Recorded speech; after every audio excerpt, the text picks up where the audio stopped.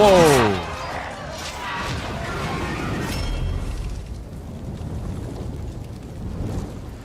Game of Thrones is one of the most beloved and iconic series of all time. This is why we're so excited at PlaySide Studios to be developing a real-time strategy game for this franchise. And this is feedback for like him and any devs who ever do this. Be emotional in these moments. He's so focused on death staring the camera. Guys, it's just a little tip for like devs in general because a lot of them do this. This is why we're so excited at PlaySide Studios to be He doesn't look very excited. developing a real-time strategy game. It's not like, by the way, it's not like at him. It's just in general. Because developers aren't content creators, they're not social media people, whatever else, right? A lot of people who are good game developers are like socially anxious, basement dwelling type people. Dude, just loosen up. Smart. When you it's like, you know when people go, I think I'm a confident person. It's like, you think? Franchise. You step into Westeros at its most. Call your banners, lead iconic heroes, and rewrite the fate of the Seven Kingdoms. Like millions of others, we experience the TV show week to week.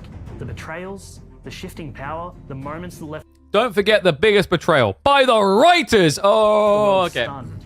That emotional weight, that unpredictability, is what we want to capture in War for Westeros. This is a world where... This style reminds me of something between like They Are Billions slash Tab. So Tab slash Age of Darkness and Spellforce. If everyone remembers that one. Where trust is fleeting and power is everything. You're not just commanding armies. Yo, wait. It might not be a They Are Billions game. Do you see that? Look at the minimap. Yo, are we actually getting a real RTS? Okay, so like when I first saw the whole focus on the Nightwalkers, I thought we were just going to get They Are Billions type game.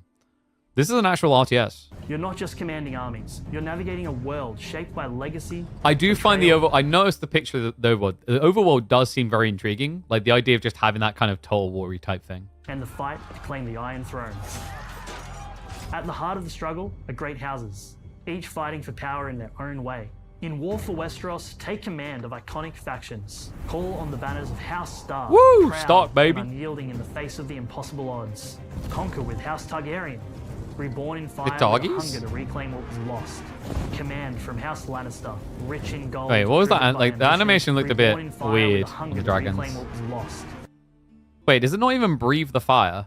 With a hunger to reclaim Oh no, it does. Okay. what was lost. It's just when it stopped, it's just Command like from his House mouth isn't even Lannister, open. Rich in gold, driven by ambition and power. Jamie time? Or crossing the myth as the Night King, raising a relentless Wait, so they've only got 4 civs. Lannister, Stark, Targaryen, Night King? army to bring on the long night. Am I then a little bit disappointed there's like no Martell? I feel like you could definitely have Martell on there. Like I understand not having the Iron Islands because like they're mainly boats, right? I feel like you should definitely put Martell on there though. Martell just feels uniquely different.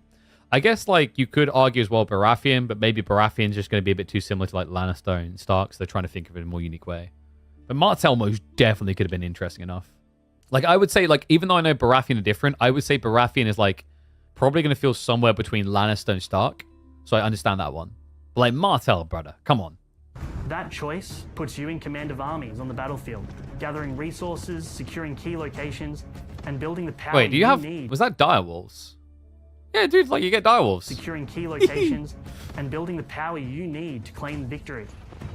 This is, I'll warn you now, I think this is like 720p quality.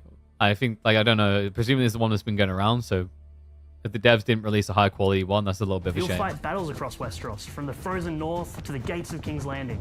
Deploy infantry, cavalry, siege engine. I do love how they're so behind the scenes, they show you the, the nose skin on the ground. I think this is nice to show people as well, because like quite often people see the train, they won't realize it's actually just flat planar with a bunch of like effects applied, like bump maps. Texture. Cavalry, like that, siege see? engines, giants, and dragons to push through enemy lines or hold your own. Wait, do you get abilities? Because like no one's firing that, right? So presumably this game has like abilities you activate as well. A little bit like Age of Myth. When it all clicks, you feel like a true commander. That was a pretty cool effect for a death, by the way.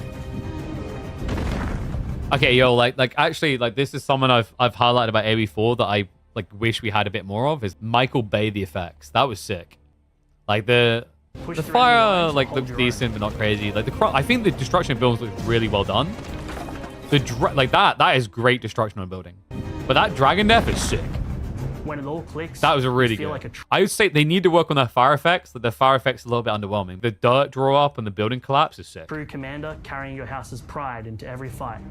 But while battles may win ground, it's cunning that decides who sits the throne. Behind every clash of armies is a deeper game where diplomacy, deception, and shifting loyalties shape the war just as much as steel.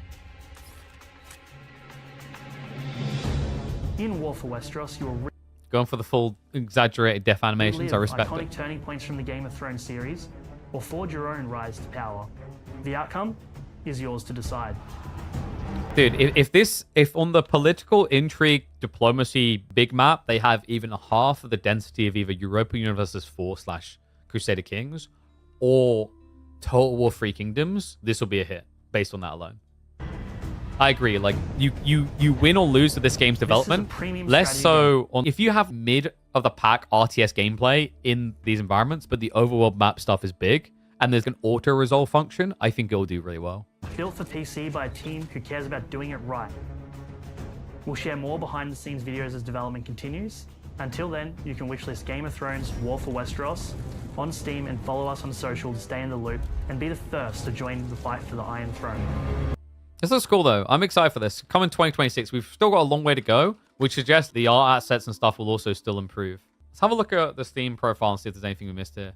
See that this is much more graphically impressive than that video. That video is low base. I love it if the weather effects have an impact. We'll see if that's going to be the case. What would be kind of sick is, like, imagine if you get mud terrain build up. Probably not, though. But I think it would fit for the theme of this type of thing. I'm curious what Lannisters going to have to make them unique. Their units at least look very unique compared to the other factions. That's why I think they went with Stark and Lannister and not Baratheon. Like I was saying, Baratheon, in terms of how their units will look, will for a lot of people probably feel very similar to Stark. I know it's heretical, but whatever. Same way that I think in some people's minds, like Lannister and Tyrell. Lannister and Tyrell will probably like feel that they have overlap. Just Tyrell looked like a watered down version of Lannister's very fancy armor. I know it's not a true faction. People go like nerd lore me now, but I think from a generic user standpoint, they probably like see it look too similar. And I think that's fine to not have too many different factions at first because they can add them down the line. It lets them focus in on what makes each one unique. But I do feel like at the beginning here, adding one more and it being Martell would have been worth it because I think Martell is drastically different to the other kingdoms. So a little bit of a shame. But this is going to be cool. Dragons are going to be OP, clearly. Yeah, I hope there's a decent amount of detail to this. The tricky part, so I think the tricky part they have with this game, with the overworld system, is if you make it too complicated politically and everything else. We saw this with Total War Three Kingdoms. I think a lot of people were turned off by how politically complex Three Kingdoms was compared to Total War Warhammer, for example. Some people just want to play the game. So I wonder if the best way to do it is have two versions where the campaign map is simplistic or very complex. That would be quite an interesting way to go. Because the type of people that are drawn to this political intrigue stuff versus the RTS stuff are probably going to be quite different. Yeah, this is cool. I'm looking forward to this. I've got a feeling this won't be designed to be a competitive esports title, and that's fine. I think the idea that like every RTS needs to be esports and competitive is stupid. Like actually, Age of Empires 4 wasn't even intended to be a competitive esport game, by the way, guys. Weirdly enough, Relic makes all these games over the years, and they kept trying to make them esportified. And the one that they didn't want to make an esport, Age of Empires 4, was their most successful esport one. Isn't that crazy? It's almost like making a game to be good rather than making a game to be esporty is a better way of going. Crazy, I know. I'm excited, man. I don't know. Let me know what you guys think about this. Maybe we'll put out a short video just going over this. So, Game of Thrones, War for Westeros. If you're interested, be sure to go across and wishlist it. Wishlisting actually helps developers a lot more than you think. It just keeps you in the loop. It also allows them to drive extra funding if they need it off of developers. If you think of a pitch deck, they send it out to a sponsor. If they're able to say we've got 100,000 people wishlisting, it looks really good when they need to make an extra round of funding. I had a feeling. They're the ones that made Age of Darkness. If you guys have not tried Age of Darkness, it's a pretty cool game. It's a bit like They Are Billions. I think, personally, it doesn't have as much difficulty, complexity to it as Tab, They Are Billions.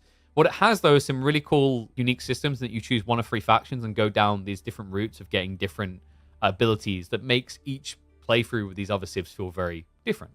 So, really cool game. I played it a little bit off stream. Definitely worth checking out if you haven't. And should give you a sampling of what these devs are capable of. This is also what made me think we were just getting another They Are Billions type thing.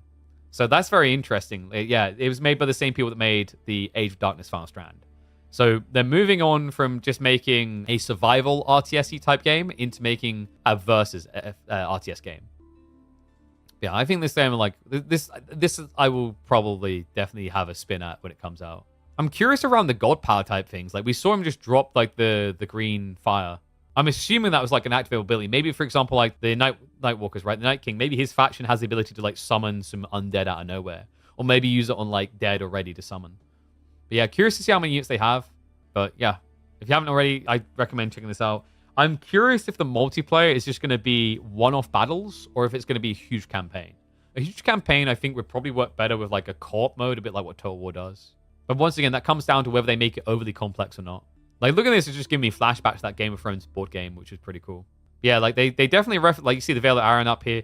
I could see a world in which we do get kind of like a Total War Warhammer treatment, and you just add in the civs on the overmap as time goes. But we'll see how feasible that is. Like, the difference with Total War Warhammer is you have a lot of extra, like, spaces. So I think for them to add extra civs as time goes on to this overmap, they'd have to essentially keep redoing the overworld map and creating smaller and smaller chunks to make it bigger and bigger. Res the Dead Dragon. I was wondering about, dude, could you imagine you build this dragon, it dies too quick in a fight, and then gets rezzed? The only thing I say about that is if the Night King can do that, what do other civs get when they kill the dragon? I don't know, maybe like just cut his belly open and get a crap ton of gold. Yeah.